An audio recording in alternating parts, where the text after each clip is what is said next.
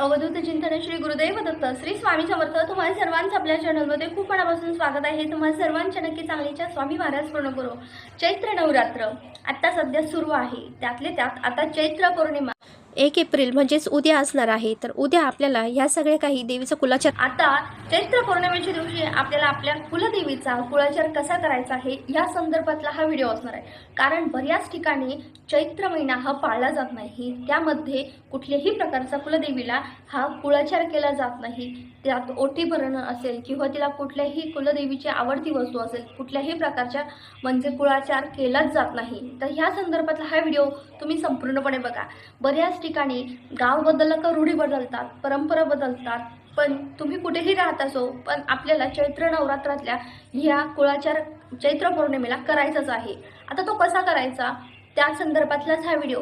तर संपूर्णपणे माहिती महत्त्वपूर्ण असणार आहे. आपण जेव्हा शारदीय नवरात्र करतो पण चैत्र नवरात्र करत नाही. बऱ्याच वेळेस शारदीय नवरात्र केलं तरी आपल्या कुलदेवीला एकतर लांबून दर्शन घेतो किंवा विसरूनच जातो. अक्षरशः डायरेक्ट पुढचं नवरात्र येऊपर्यंत आपलं काही लक्ष राहत नाही.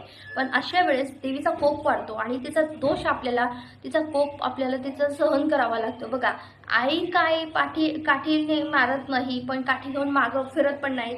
पण कसं असतं ना, आपल्या संसारात बऱ्याच वेळेस अडथळे तयार होतात. संसारात बऱ्याचशा अडचणी किंवा तिचे भयंकर परिणाम भोगावे लागतात, हे प्रत्येकाला माहिती असतं. मग अशा वेळेस आपल्याकडून जर नवरात्रामध्ये 9 दिवस, आता हे जे शारदीय नवरात्र जसं असतं तसंच चैत्र नवरात्र असतं, तसंच त्याचा कुळाचार सुद्धा त्याच पद्धतीने असतो.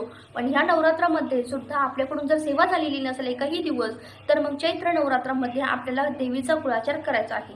बघा, प्रत्येक वेळेस काय होतं की आपण जेव्हा कुळाचार करतो किंवा आता 12 तारीख आहे की आपल्याला कुठल्याही कारणामुळे आपल्याला जमत नाही, मग कुळदेवतेची ही सेवा आपल्याला म्हणजे चैत्र पौर्णिमेच्या ह्या दिवशी करायची असते.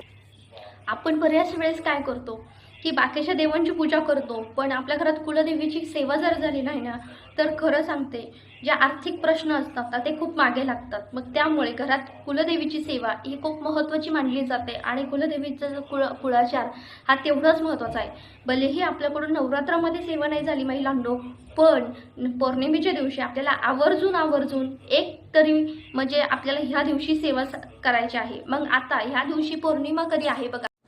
आता बघा, यंदाची 2026ची चैत्र पौर्णिमा ही 1 एप्रिल 2026 वार बुधवार या दिवशी सकाळी 7 वाजून 7 मिनिटांनी सुरू होणार आहे. तर ती दुसऱ्या दिवशी गुरुवार 2 एप्रिल 2026ला ही 7 वाजून 46 मिनिटांनी संपणार आहे. तर याचाच अर्थ काय, तर ह्या दिवशी ती 1 तारखेला संपूर्णपणे दिवसभर चैत्र पौर्णिमा असणार आहे. तर सत्यनारायण कधी करायचं आहे, तर ते 1 तारखेला आपल्याला सगळ्यांना करायचं आहे.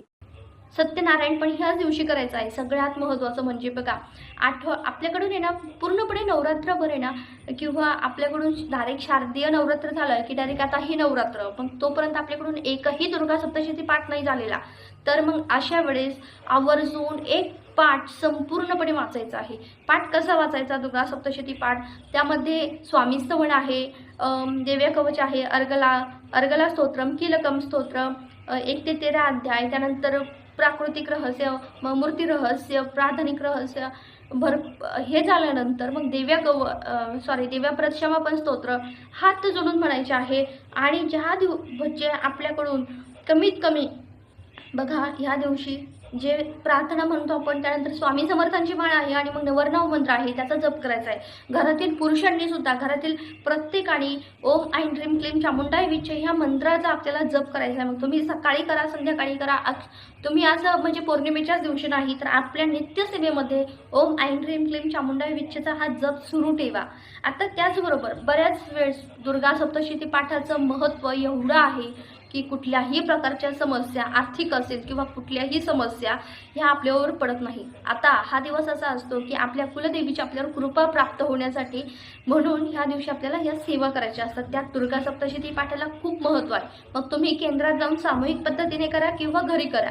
मग जर ज्यांना बऱ्याच अडचणी आहेत बघा, ह्या दिवशी ना बऱ्याच महिला वर्किंग असतात, मग बिझनेस असेल किंवा जॉब असेल, मग घरी स्वच्छ करून आपण मगच बाहेर पडतो. मग थोडं का होईना आपल्याला देवीसाठी घरात ज्यांना वेळ नाही आहे ना दुर्गा सप्तशती पाठ वाचण्यासाठी, त्यांनी ह्या दिवशी ओम ऐन ह्रीम क्लीम चामुंडाई विचे याची 5 माळी तरी करायच्या आहेत. लक्षात ठेवा, 5 माळी तरी करा.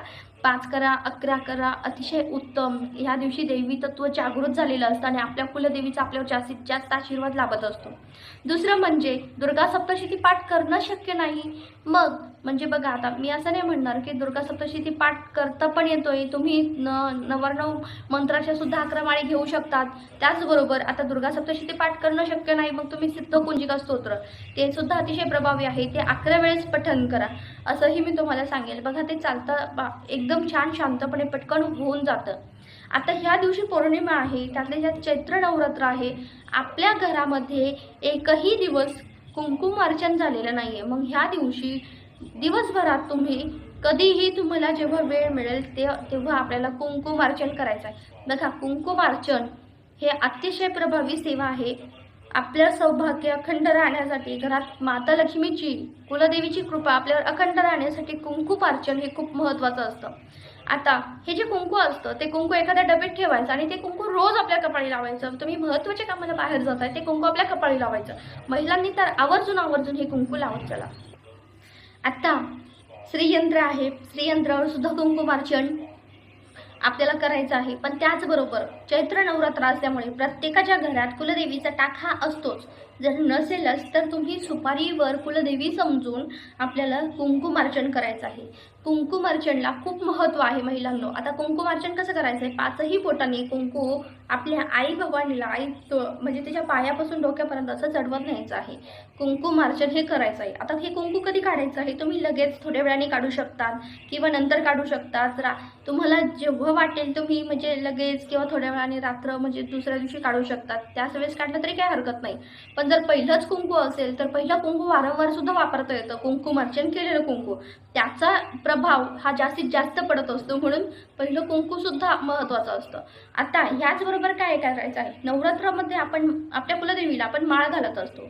मग कुलदेवीला आवडणारी सर्वात जास्त वस्तू म्हणजे ही लवंग असते. लवंग जरी मसाल्याचा पदार्थ असला पण तरीही आपल्याला कुलदेवीला आपल्याला लवंगांची माळ घालायची आहे. आता तुम्ही 11 किंवा 7, 11 असं किंवा 16 लवंगांची माळ ही अतिशय प्रिय असते. आता नंतर त्या लवंगांचं काय करायचं आहे? तुम्ही नंतर त्या सगळ्यांनी चघळून सुद्धा खाऊ शकतात. अशा पद्धतीने ते खायच्या आहेत किंवा चघळायच्या आहेत, पण मसाल्यात वापर करू नका. कारण की बऱ्याच वेळेस मसाल्यात म्हणजे मसाल्याचा पदार्थ असला तरी तो मसाल्यात वापरायचा नाही आहे. चहामध्ये सुद्धा टाकून खाऊ शकता आपण. दुसरं म्हणजे ह्या दिवशी आपल्याला कुलदेवीला बघा, आपण नवरात्रामध्ये कुलदेवीची भरपूर काही सेवा करीत असतो, पण त्याचबरोबर आता हे चैत्र नवरात्रातला शेवटचा दिवस म्हणजे पौर्णिमा आहे आणि ह्या दिवशी आपल्याला कुलदेवीला लवंगांचं अर्चन करायचं आहे. आता हे लवंगांचं अर्चन करताना त्याच वेळेस आणि जेव्हा माळ घालतो, लवंगा तुटलेल्या फुटलेल्या आणि खंडित झालेल्या नसल्या पाहिजे याची काळजी घ्या. आपण कुलदेवीला म्हणजे एक छान प्रकारे एक आपण त्यांना जे अर्पण करतो असं असतं ना की आपल्या मनात पण तशा पद्धतीचे भाव उत्पन्न होत असतात, म्हणून सांगते. आता एक लवंग हातात घेतली, आपल्याला लवंग घ्यायचे आहेत. त्या लवंगांमध्ये आपल्याला कमलात्मक मंत्र म्हणायचा आहे. मग तुम्ही 21 लवंग घ्यायच्या आहेत आणि त्या 21मध्ये मग एक लवंग हातात घ्यायची. नित्यसेवेमध्ये कमलात्मक मंत्र आहे, तो मंत्र म्हणायचा आहे. ओम श्रीम ह्रीम श्रीम कमले कमलाले प्रसिद्ध ओम प्रसिद्ध ओम श्रीम महालक्ष्मी नमः हा कमलात्मक मंत्र आहे.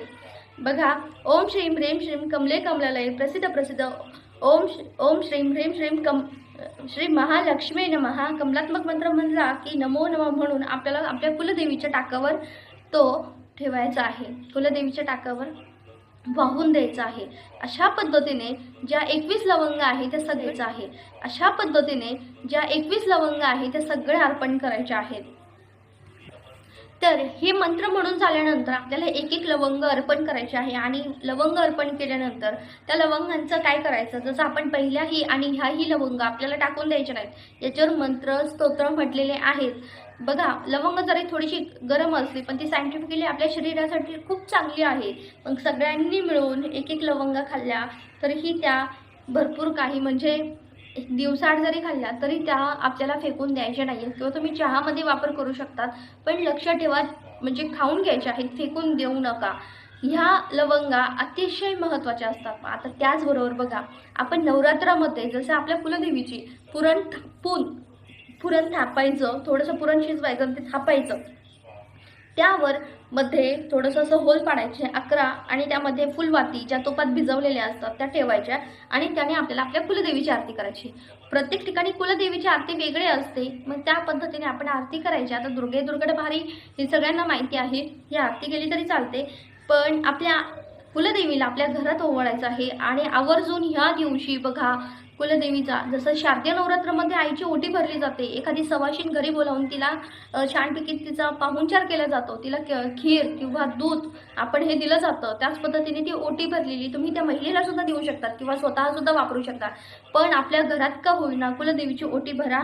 त्याचबरोबर बघा, आपण म्हणतो ना की मूळस्थानावर तर जाऊ शकत नाही, पण घरी का होईना आपल्याला ह्या सेवा सगळ्या करायच्या आहेत. या सगळ्या आपल्या कुळाचार झालाच पाहिजे. वर्षभर आपल्यावर आपल्या कुलदेवीची अखंड कृपा लागते. बघा, आर्थिक समस्या ज्या आहेत त्या संपूर्णपणे संपून जातात. बऱ्याच वेळेस मी सांगत आले की आपल्या घरात महालक्ष्मी अष्टकमचं सुद्धा पठण झालंच पाहिजे. महिलांनी तर आवर्जून करा. तुम्ही वर्किंग असाल किंवा आपल्या संसारासाठी कुठल्याही स्त्रीने महालक्ष्मी अष्टकम वाचलं तर खूपच जास्तीत जास्त चांगलं असतं. तर आजच्या पुरते इतकं झालेली सेवा स्वामी महाराजांच्या चरणी आणि जगदंबेच्या चरणी रुजू करते आणि व्हिडिओ येतच थांबवते. व्हिडिओ आवडला असेल तर लाईक शेअर सबस्क्राईब करा. श्री स्वामी समर्थ.